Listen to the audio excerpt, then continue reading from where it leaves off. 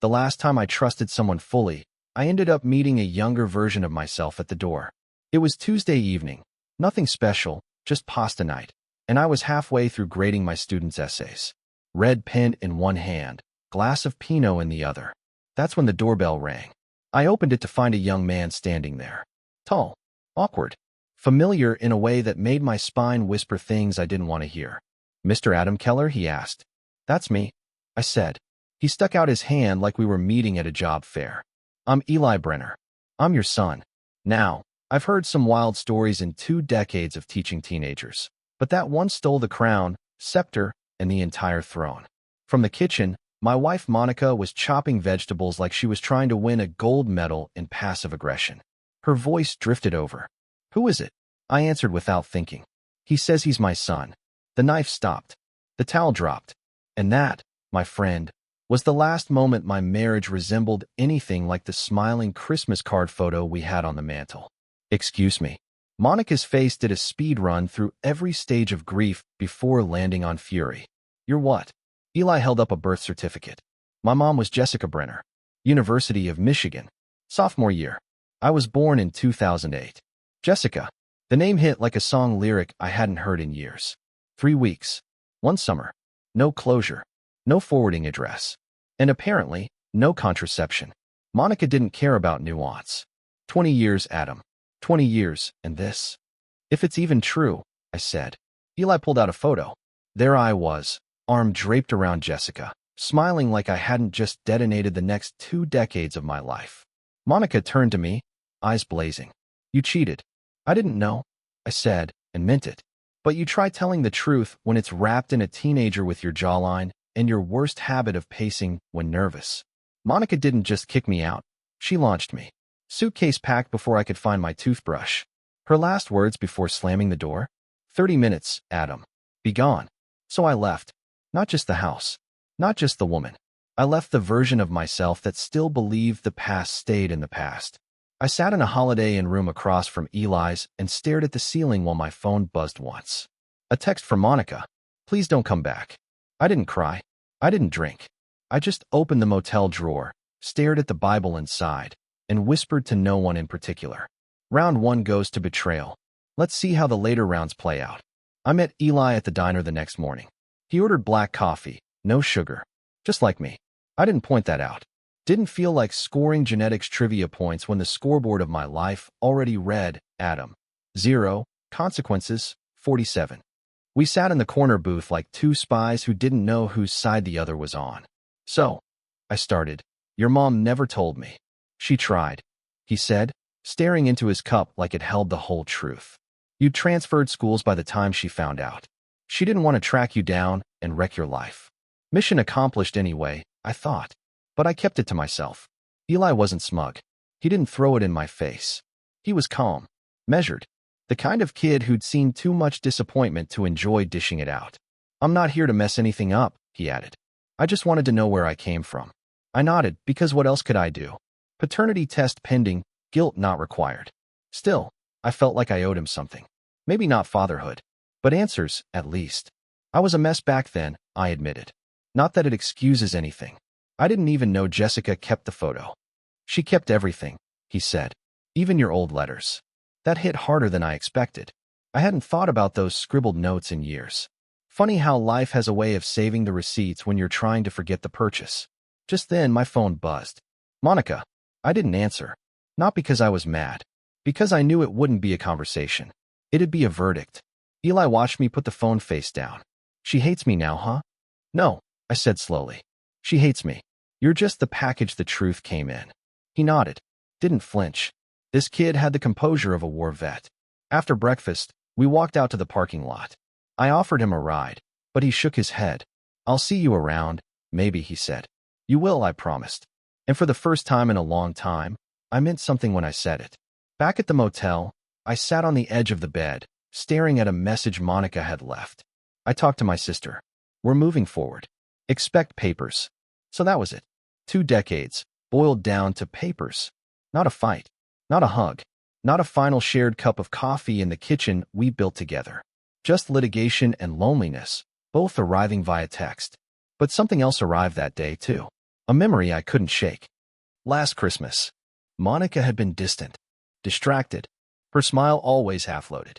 I figured it was work stress or winter blues. Now I wondered, had she already checked out? Had she already started looking elsewhere?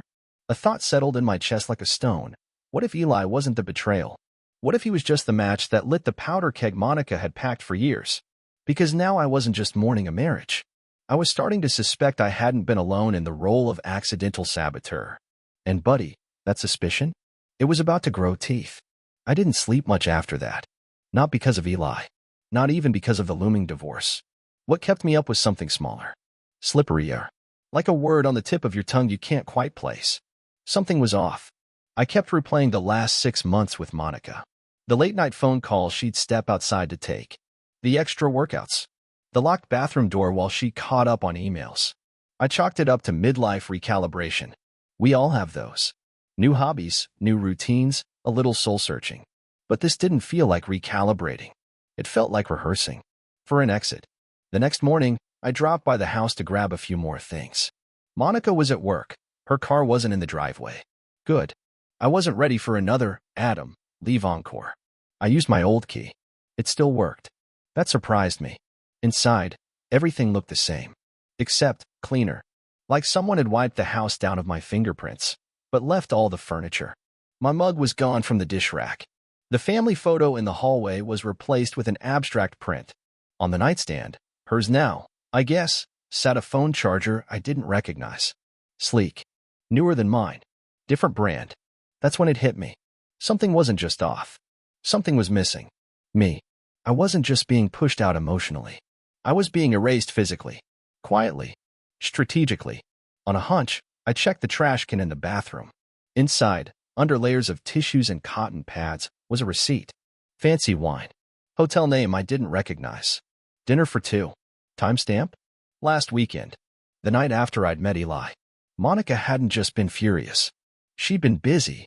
And not in a girl's night out, scream into a pillow kind of way. This was curated. This was premeditated. I snapped a photo of the receipt and texted it to myself. A breadcrumb. For what? I didn't know yet. But my gut was starting to draw a roadmap, and I wasn't going to be the clueless tourist this time. Back at the motel, I stared at the evidence. Eli's sudden arrival didn't cause the explosion. It just made the cracks impossible to ignore. Now the question wasn't, is my marriage over? It was, how long has she been preparing the demolition? And who helped her swing the hammer? The answer was coming. And so was I. I didn't go looking for revenge that day. That's the thing people always assume, like you open the drawer, find the proof, and suddenly your blood turns into lava. But no, mine turned into ice. Cold. Still. Focused. I wasn't going to confront Monica with a receipt and shaky voice. I wasn't going to beg her to explain the unexplainable. I'd spent 20 years earning the right to be treated like a partner. If she wanted to treat me like an obstacle, then she'd get the version of me she didn't know existed. The one that pays attention. First stop, the hotel on the receipt. Candlelight Inn. Sounds romantic. Sounds exactly like the place you'd take your side romance if you didn't think your husband would ever check receipts in the bathroom trash. I showed up around 3 p.m. on a Wednesday. The kind of hour where nobody notices a man in khakis loitering by the vending machines. I wasn't expecting fireworks. Just recognition. A glance. A nod. Anything that made the suspicion in my chest grow roots. I brought the receipt to the front desk. Said I lost something in room 304 and wanted to check if anyone turned it in. The woman behind the counter had short hair, a clipboard, and the tired eyes of someone who'd seen too many soap opera plot lines play out in real time. She checked her notes. Room 304? Sunday night. Yep, I said. My wife thought she left her bracelet. Name? Monica Keller, I said. And let the silence stretch. Her eyes didn't flinch. But something shifted, small, quick, like the flicker of a candle. That room was reserved under a different name, she said cautiously. A Mr. Camden. Camden. The name buzzed in my skull like a fly against glass. Not a stranger. No, that name meant something. I just didn't know what yet. She slid a small lost and found box across the counter. Feel free to look. I didn't see any jewelry turned in. I pretended to search through it, keys, a tie clip, some sunglasses, while my mind ran laps.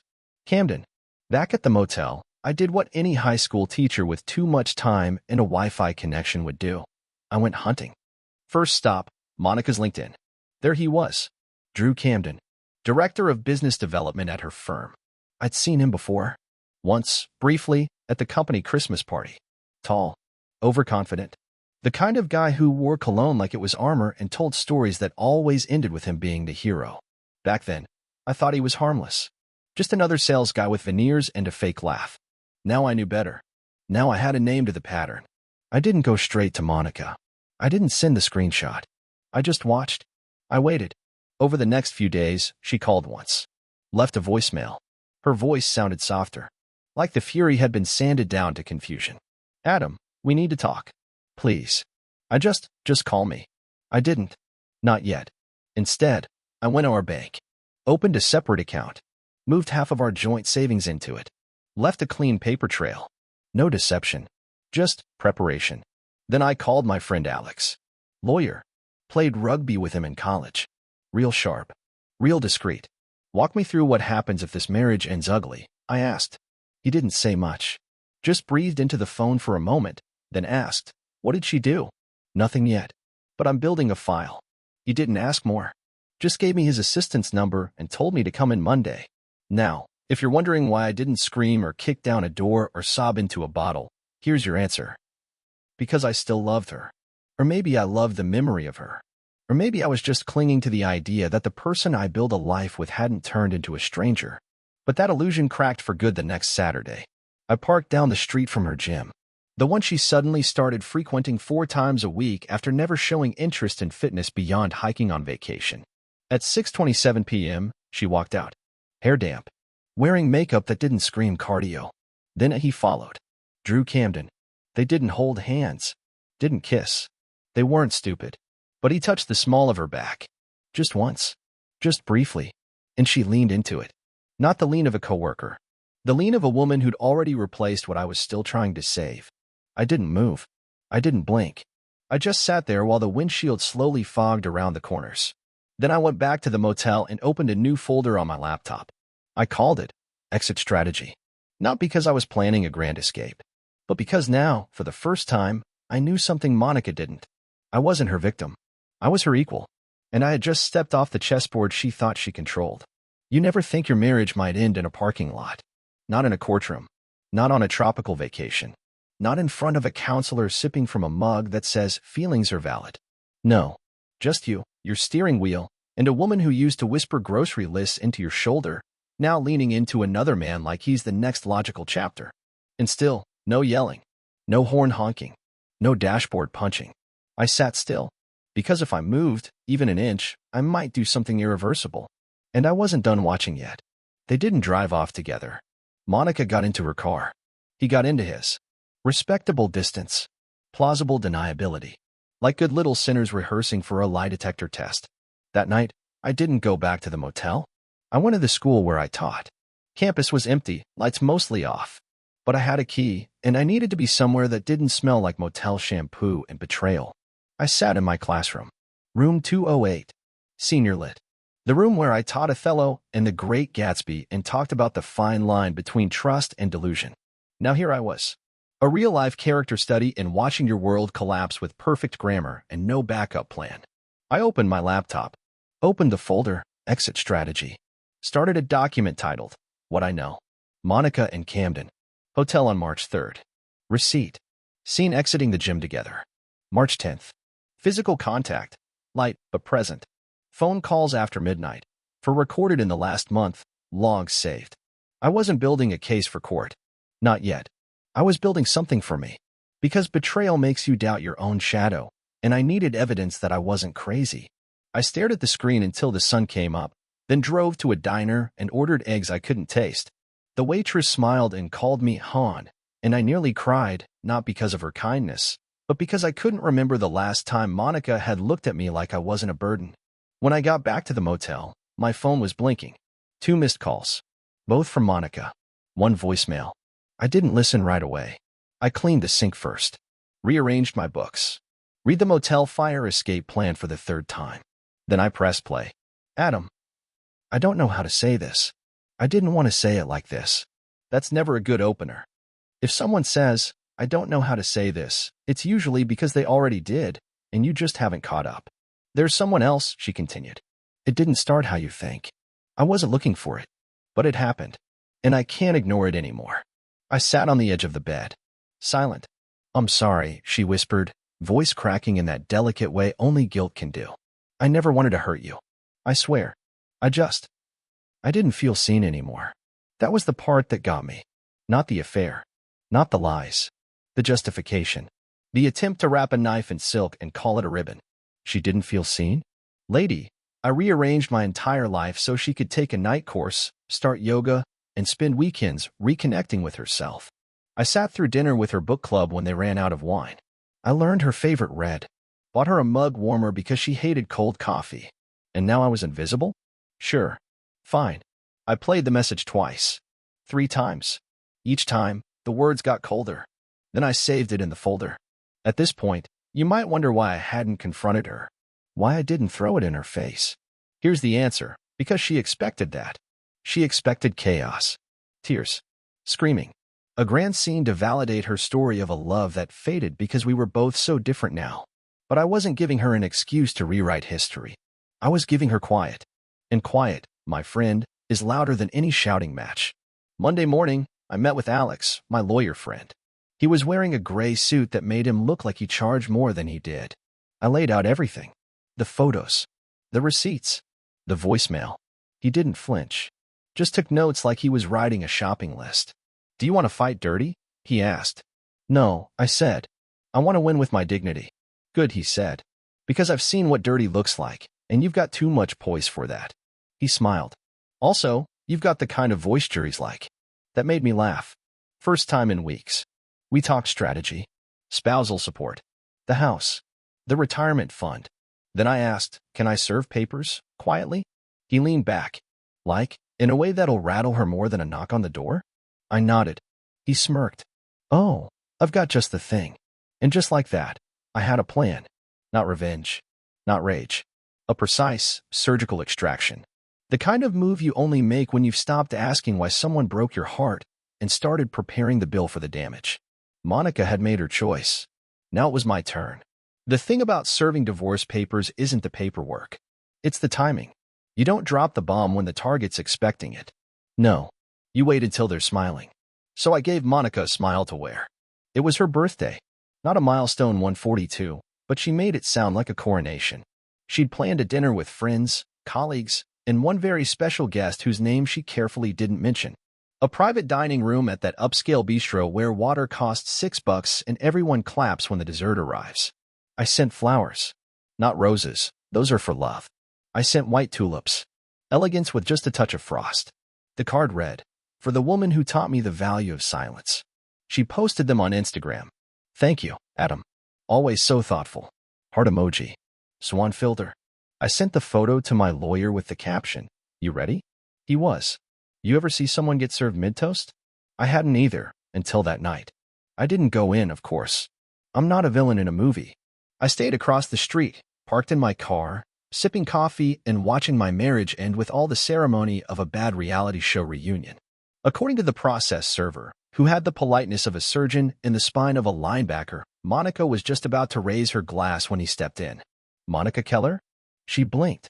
Yes. He handed her the envelope. You've been served. Not loud. Not aggressive. Just factual. She didn't open it.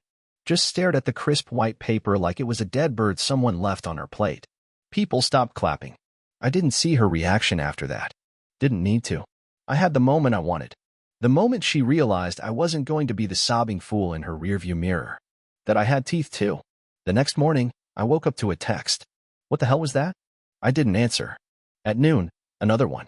Can we please talk? I responded. Sure. 3 p.m. public place. Your choice. She chose a park. Classic move.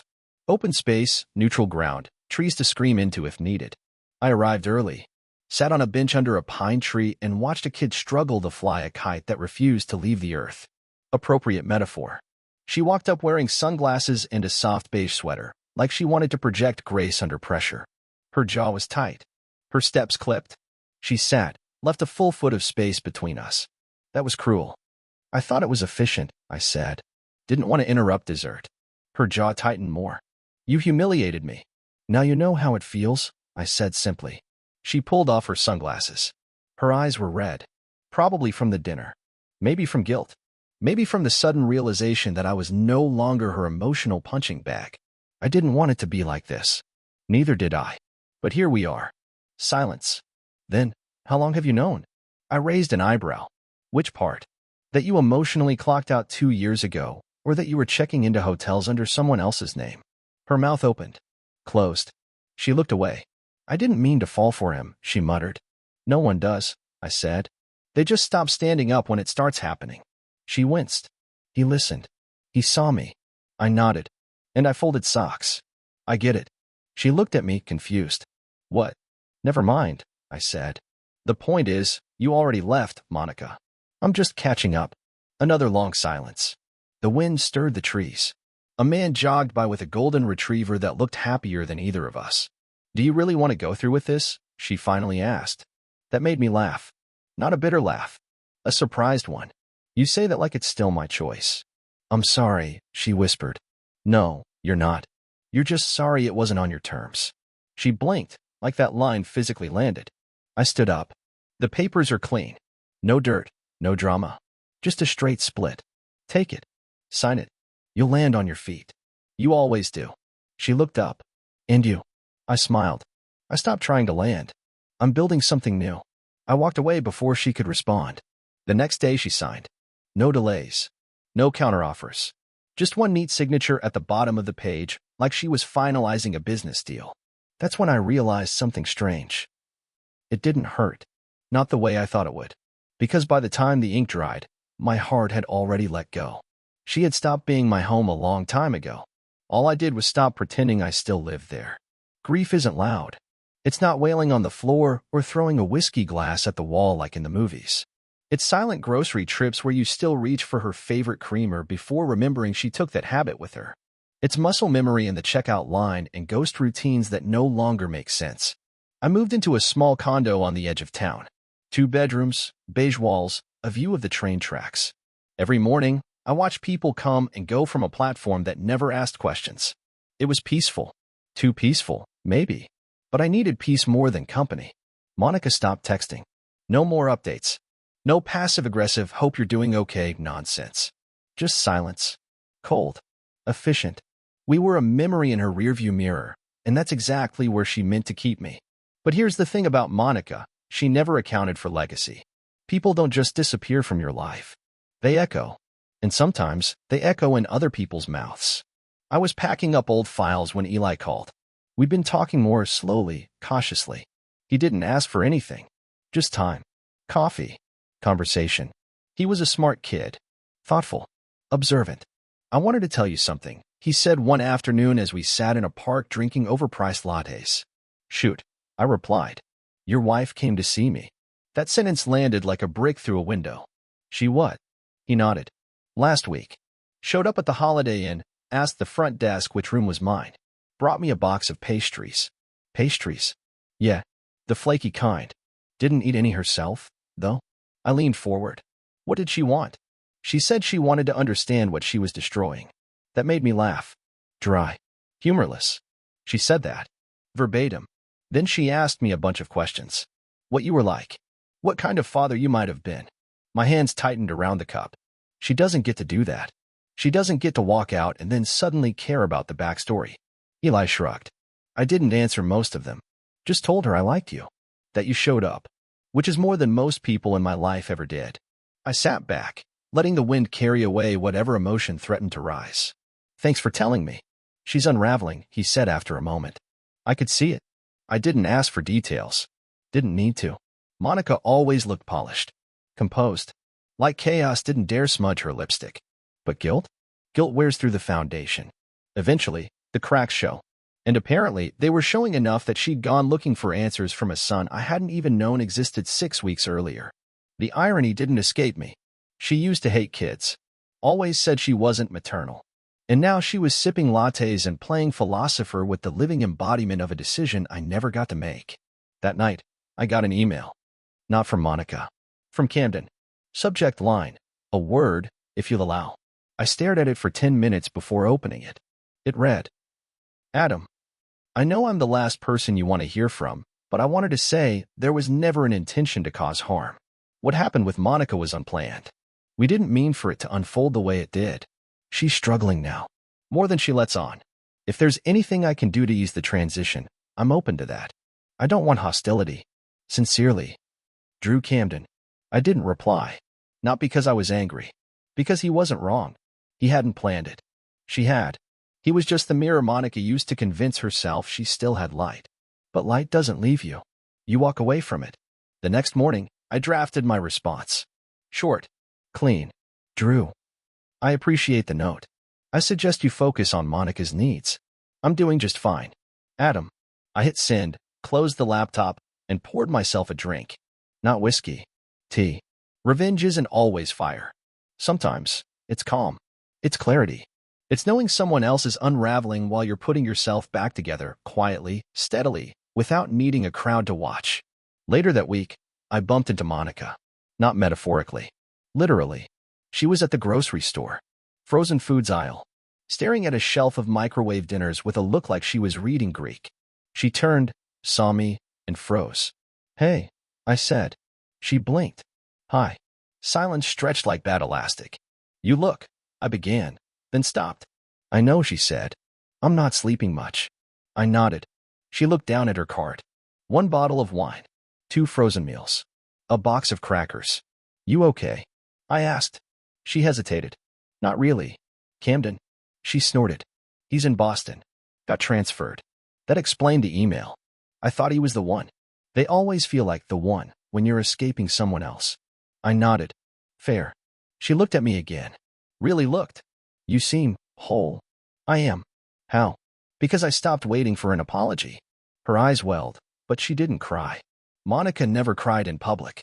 That would imply vulnerability, and vulnerability was something she rationed like a rare spice. I regret it, Adam. Regret's cheap, I said. Change costs. I walked away without asking what aisle change was in. She didn't follow. Didn't call. Didn't text. And for the first time since the whole house of cards came down, I didn't care if she did. Monica never did follow up after that grocery store run-in. No apology letters. No second-chance speeches. Just a polite silence, like a ceasefire with too much pride on both sides to admit it was a war to begin with. And honestly, that suited me. I moved forward the way a man should, step by deliberate step. Not flailing into a new romance, not growing a beard and moving to Bali. Just solid ground. A little therapy. A lot of walking. Eli came by every other weekend. We didn't talk about Monica. We didn't need to. We watched football. Ate bad pizza. Laughed. That boy saved me without even trying. One afternoon, Eli asked, You ever think about getting revenge? I chuckled. Only every day from the moment I wake up to the moment I check my bank statements and realize she didn't clean me out. He grinned. I mean real revenge. I don't do messy, I said. I do permanent.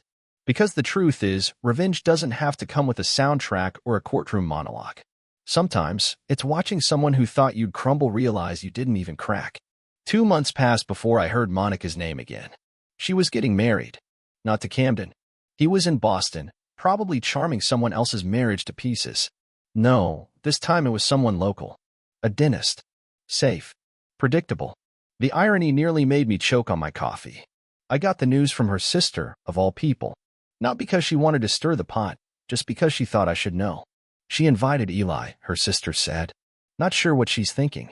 She's thinking damage control, I said flatly. I didn't care about the wedding. What I cared about was that she was already trying to stitch her story back together. Tidy up the narrative. Rebrand herself from unfaithful wife to brave woman who followed her heart. Cute. But Eli didn't go. He texted me the night before the ceremony. Told her I had better plans. Hope you don't mind. Old man, you're stuck with me this weekend. I smiled. Wouldn't have it any other way. That weekend, we grilled steaks, watched a bad action movie, and talked about what makes a good man. Turns out, it's not perfection. It's showing up. Revenge came quietly. I didn't plan it. I didn't scheme. It just arrived one morning in a manila envelope. Inside was a letter from her lawyer. Apparently, Monica's new husband, Mr. Predictable Dentist, wanted a prenuptial review. And in it, someone had flagged inconsistencies in her prior divorce disclosures. Specifically, assets she failed to mention. A joint investment She'd quietly cashed out 6 weeks before asking for a break. She tried to bury it in a separate account. Thought I wouldn't notice. But I had. And I never said a word. I just kept the paperwork. Dated. Stamped. Copied. Because betrayal teaches you two things: how to spot liars and how to file neatly. I handed everything to my lawyer. He grinned like it was Christmas. Monica ended up paying me a settlement. Not much. Just enough. Enough to remind her that some ghosts don't haunt you with chains, they haunt you with receipts. I never spoke to her again. Never needed to. Because the best revenge isn't ruining someone's life. It's living yours so well they can't stand the silence you leave behind. And when people ask what happened, I tell them this. She left first.